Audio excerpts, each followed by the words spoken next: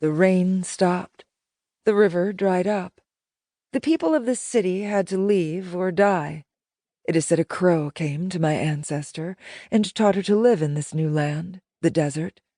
Others in the city denied this offer, for it was too much to humble themselves to a bird. They could not learn from such a lowly creature. But my ancestors believed it was no shame to walk with crows.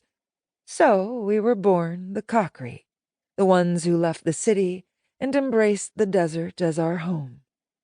Jason's mouth fell open. He had assumed that the Kakri were some sort of nomadic tribal people, and maybe they were. But Bailea was telling him that they had once built the greatest city in the Sunlit Lands. "Whoa," Jason said. "Are they planning to rebuild it one day?" Bailea leaned on her staff. "In the desert, there is no room for a lie, Jason. You must walk either with truth or with death. The truth tells us that we cannot rebuild unless the water returns. It is not the choice of the Kakri people whether to rebuild. We must allow the cherubim to tell us if such a time returns. In the meantime, every year at the meeting of the third and fourth spheres, my people congregate here and sing about the fall of old Ezerban and tell stories." They rested in the shade of the fallen wall, and Bailea showed him where the Kakri would gather, near the statue. Night settled in. The stars, strangely, did not appear like at home, the brightest first, in the darkest parts of the sky. They climbed up from the eastern horizon, bright and multicolored, a blanket of galaxies being pulled over the world.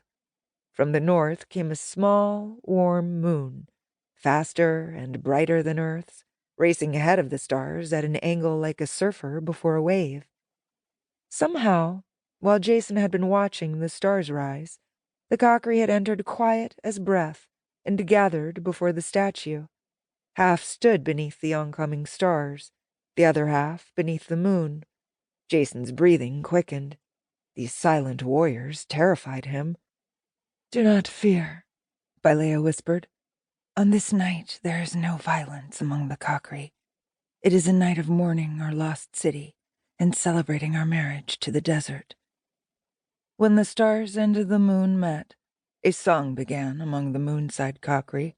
"Where is the fountain which brought joy to the city, clean and clear at its heart?" There were no instruments, just voices. The Starside Kakri answered, also in song. "It has been carried away, the water spilled to the sand, the water given to the sun." The song, beautiful and strange, reached out to Jason like the tendrils of a plant opening in the morning dew. He felt himself alive, transported, and filled with a deep, melancholy sadness. When the song ended, a woman ran among the singers, dressed as an enormous crow. She invited them into the desert. She told them they could become a part of it, that she would teach them how to thrive. She would teach them, she said, how to become people again, and not the corrupted creatures which had come to live in this city.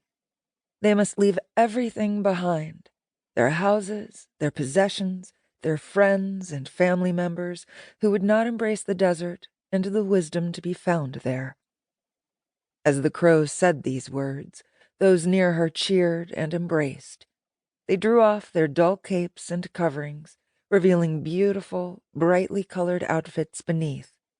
They turned to their neighbors and shouted the news, inviting them to the desert, and color rippled through the crowd. Bailea threw off her own cloak and grabbed Jason's hand. "Come, now we dance." Musical instruments came out. Jason's favorite was a stringed instrument Bailea called a bitar, and the Kakri danced in a whirling, leaping style. Those who jumped highest and whirled fastest moved toward the center of the crowd. Jason tried to imitate them, but found himself on the outer limits of the dance with the smallest children and most infirm elders. At times a Kakri man would appear, laughing, and try to teach him how to leap higher. A drink that tasted like honey and goat's milk was passed around, and a crowd gathered to watch Jason take his first sip.